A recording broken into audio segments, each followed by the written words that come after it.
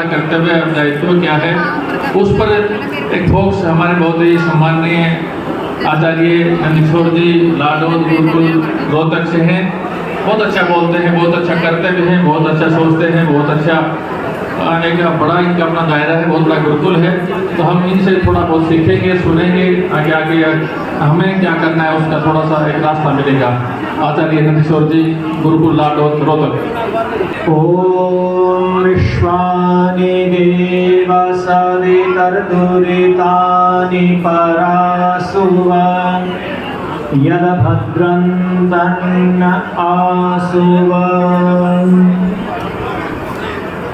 शिक्षक दिवस के उपलक्ष्य में शिक्षक पुरस्कार से सम्मानित होने वाले सभी शिक्षकगण और इस कड़ी को पिछले 21 वर्ष से लगातार श्रृंखलाबद्ध करने वाले मेरे परम मित्र आदरणीय पूज्य संत चरणदास जी महाराज, आदरणीय श्री रमेश जी सैनी साहब, डॉक्टर अशोक जी भारद्वाज, बहुत ही अच्छा जो मंच संचालन कर रहे हैं श्रीमान, सभी अध्यापकगण। भारत का अभिप्राय है, भरत के नाम से इस देश को भारत के नाम से जाना जाता है उनकी परंपरा के कारण से। और दूसरा इसका अभिप्राय है, भा कहते हैं प्रकाश को, और रत माने रमण करने वाला। हमारा ये देश पुरातन काल से ही ज्ञान रूपी प्रकाश में निरंतर अनवरत उसी में लग्न रहने वाला रहा है, इस कारण से भी इसका नाम भारत है। हम सब शिक्षक की भूमिका में हैं, निर्माण की भूमिका में हैं। 3 उत्तम शिक्षक जब होते हैं तो एक श्रेष्ठ संतान और शिष्य का निर्माण होता है। प्रथम गुरु है माता, दूसरे गुरु हैं पिता और तीसरे गुरु हैं आप और हम सब आचार्यगण। 5 वर्ष तक माँ का दायित्व रहता है, 8 वर्ष की आयु तक बालक के ऊपर पिता का दायित्व रहता है।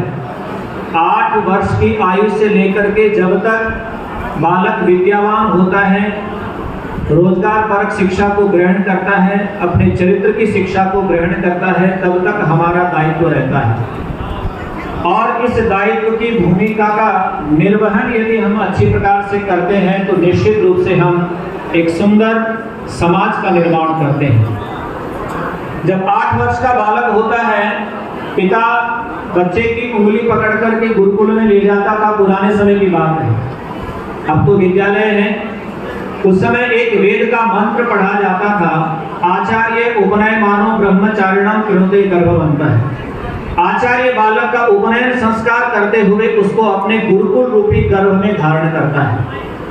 इससे बड़ी उत्तम शिक्षा या इससे बड़ी उत्तम आचार्य के लिए प्रेरणा कोई नहीं हो सकती। जिस प्रकार से एक माँ गर्भस्थ शिशु के जीवन के निर्माण की दृष्टि से कार्य करती है, उसके शरीर के विकास के लिए सुंदर भोजन करती है, उसके प्राण के विकास के लिए उसका श्वसन तंत्र मजबूत करती है और उसके विचारों को मजबूत करने के लिए अपने विचारों को दृढ़ और अच्छा बना करके रखती है। तो जिस प्रकार से माँ की भूमिका बच्चे के जीवन निर्माण की दृष्टि से है, जब बालक कोमलमति का होता है उसके जीवन का विकास उस समय उसकी आधारशिला माँ रखती है। उस आधारशिला पर भवन निर्माण करने का जो दायित्व हमको मिला है, ये सामान्य दायित्व नहीं है। जिस प्रकार से एक माँ अपने संतान का अच्छे प्रकार से निर्माण करती है, वही दायित्व हम शिक्षकों का है, आचार्यों का है। छात्र के लिए 2 शब्द, एक शब्द आता है ब्रह्मचारी और हमारे लिए आता है आचार्य। ये दोनों ही शब्द शिक्षा के अंदर बहुत महत्वपूर्ण शब्द हैं। जब हम अपने छात्र या छात्रा को ब्रह्मचारी या ब्रह्मचारिणी कहते हैं तो उसके सामने उसका लक्ष्य निर्धारित करते हैं।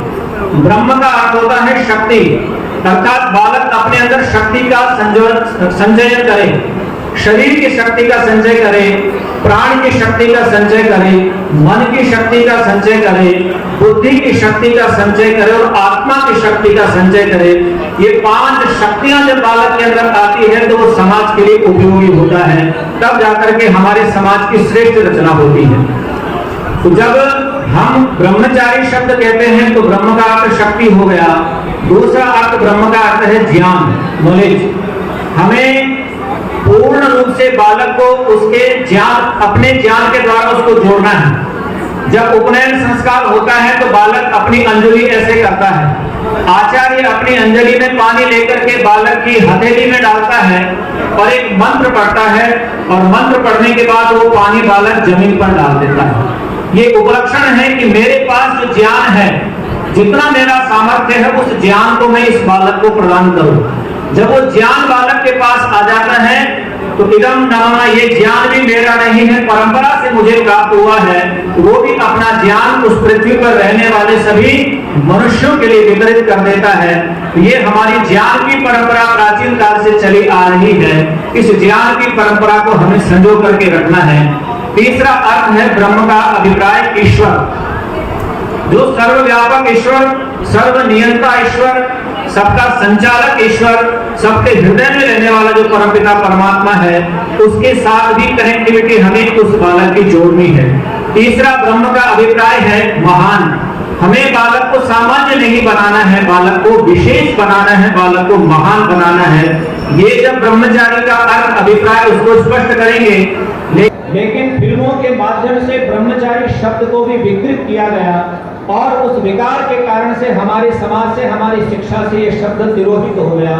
हमारे शिक्षा के केंद्र बिंदु से ये बिल्कुल समाप्त हो गया। दूसरा शब्द आता है आचार्य। आचार्य कौन है? आचारम ग्राहयति इति आचार्य है। जो आचरण की शिक्षा देता है उसको आचार्य कहते हैं। बालक हमेशा देख करके सीखता है, जैसा आचरण हम करते हैं वैसा बालक का आचरण बनता है। जब शिशु जन्म लेता है तो बालक के कान में पिताजी उसको 3 उद्देश्य स्पष्ट करते हैं। बच्चे ने जन्म लिया है, जागकर्म संस्कार, चौथा संस्कार उसका हो रहा है, और पिता उसके कान में कह रहा है कि बालक तुझे क्या बनना है। अश्मा भव, परशुर भव, हिरण्यमस्कृतम भव। हे बालक, तुझे शरीर की दृष्टि से मजबूत बनना है, विचारों की दृष्टि से मजबूत बनना है, और तुझे गुणवान होकर के हीरे की तरह चमकना है, हीरे की तरह तुझे कीमती होना है। जब ये बालक के कान में पिता कहता है तो बालक उसको सुन रहा है। बालक जब तक बोलता नहीं है, अच्छी प्रकार से पहचानता नहीं है, तब तक 2 इंद्रियों से वो केवल देख करके सीखता है और सुन करके सीखता है। अब घर का वातावरण कैसा है उसके हिसाब से बालक सीख रहा है। जब विद्यालय में आ रहा है, विद्यालय का वातावरण कैसा है, उस विद्यालय के वातावरण से बालक सीखता है। आचार्य पादमादत्ते पादम शिष्यस्व मेधया, कालेन पादमादत्ते पादम सब ब्रह्मचारिणी। बालक जो है अपनी शिक्षा का 25% हमसे सीखता है, 25% अपने साथियों से सीखता है, 25% अपनी मेधा से सीखता है, और 25% जैसे जैसे उसका डेवलपमेंट होता है उसके अनुसार सीखता है। तो हमारी जो भूमिका है वो कम ना रहे, हम अपनी भूमिका का निर्वहन ठीक प्रकार से करें। तो ये समाज का जो ताना बाना है, जो एतत् देश प्रसूतस्य सकाशात् अग्रजन्मनः स्वं स्वं चरित्रं शिक्षेरन् पृथिव्यां सर्वमानवा। इस पृथ्वी के ऊपर जितने भी लोग निवास करते थे, चाहे वो तक्षशिला हो, नालंदा हो, विजयनगर हो, जितने भी विश्वविद्यालय में पूरे विश्व के लोग आकर के अपने चरित्र की शिक्षा लेते रहे। आज उस परंपरा को फिर से जीवित करने की आवश्यकता है। हम सब मिलकर के उस परंपरा को फिर से जीवित करने का प्रयास करें। हम बहुत बड़ी भूमिका में हैं, अपनी भूमिका का निर्वहन करें और इस राष्ट्र को श्रेष्ठ शिष्य अर्थात समाज का नागरिक देने का प्रयत्न करें। जब विवाह संस्कार होता है तो उसमें एक यज्ञ किया जाता है जिसको राष्ट्रभृत यज्ञ कहते हैं। संतान राष्ट्र के लिए होती है, किसी परिवार के लिए नहीं होती है। और उस संतान का जो राष्ट्र के लिए उसका निर्माण करने का जो दायित्व है वो शिक्षक का होता है। जब आचार्य चाणक्य शिक्षक की भूमिका में होते हैं तो चंद्रगुप्त का निर्माण होता है। जब वशिष्ठ शिक्षक की भूमिका में होते तो श्रीराम का निर्माण होता है। जब संदीपनी शिक्षक की भूमिका में होते हैं तब श्री कृष्ण का निर्माण होता है। ये परंपरा बहुत सुदीर्घ है, लंबी है, और उसी परंपरा का निर्वहन करने के लिए हम सब एकत्र हैं। तो हम पूरी संकल्पना के साथ और पूज्य स्वामी जी अहर निशम सेवा महे रात दिन समाज के कल्याण की दृष्टि से काम करते हैं। एक क्षण भी अपने लिए एक क्षण भी नहीं निकालते हैं। जब भी मैं देखता हूँ, सुनता हूँ, समझता हूँ, तो मीडिया के ऊपर देखता हूँ, तो हमेशा समाज का कोई न कोई दायित्व आपका लेकर के उसको निरंतर आगे की ओर बढ़ाते हैं। 21 वर्ष लंबी साधना है, 21 वर्ष से लगातार शिक्षकों का सम्मान कर रहे हैं ताकि शिक्षक अपनी भूमिका का अच्छी प्रकार से निर्वहन कर सकें। तो ये विचार हमारे ऋषि परंपरा के विचार हैं। इन विचारों को हम आत्मसात करें और माँ की भूमिका में रहते हुए, शिक्षक की भूमिका का निर्वहन करते हुए सच्चे राष्ट्र भक्त बनाने का हम प्रयत्न करें। बच्चों को राष्ट्र भक्त भी बनाएं, धर्म से भी उनको जोड़ करके रखें। धर्म और संप्रदाय में भिन्नता है उसको भी समझाने का प्रयत्न करें। धर्म का अभिप्राय है श्रेष्ठ प्राणी, श्रेष्ठ व्यक्ति का जीवन निर्माण करना। वो धैर्यवान हो, वो क्षमाशील हो, वो मन को नियंत्रित करने वाला हो, इंद्रिय जयी हो, चोरी करने वाला न हो, उसकी बुद्धि तीक्ष्ण हो, ज्ञानवान हो, वो विद्यावान हो और साथ में क्रोध करने वाला न हो। आज जब हम समाज को देखते हैं तो समाज की कड़ियां बिखर रही हैं, समाज की कड़ियां टूट रही हैं। उन कड़ियों को जोड़ने का जो हमें पुण्य कार्य मिला है उस कार्य करने का प्रयत्न करें। मैं अभिनंदन करता हूँ पूज्य स्वामी जी का। बहुत लंबी हमारी मित्रता है और हमेशा कुछ न कुछ सामाजिक नई संरचना उस दृष्टि से आप कार्य करते हैं और परमपिता परमात्मा आपको इसी प्रकार से बल प्रदान करें, आपकी आत्मिक शक्ति जो है इसी प्रकार से बनी रहे और समाज राष्ट्र के निर्माण के लिए आप निरंतर कार्य करते रहें। सभी का बहुत बहुत धन्यवाद।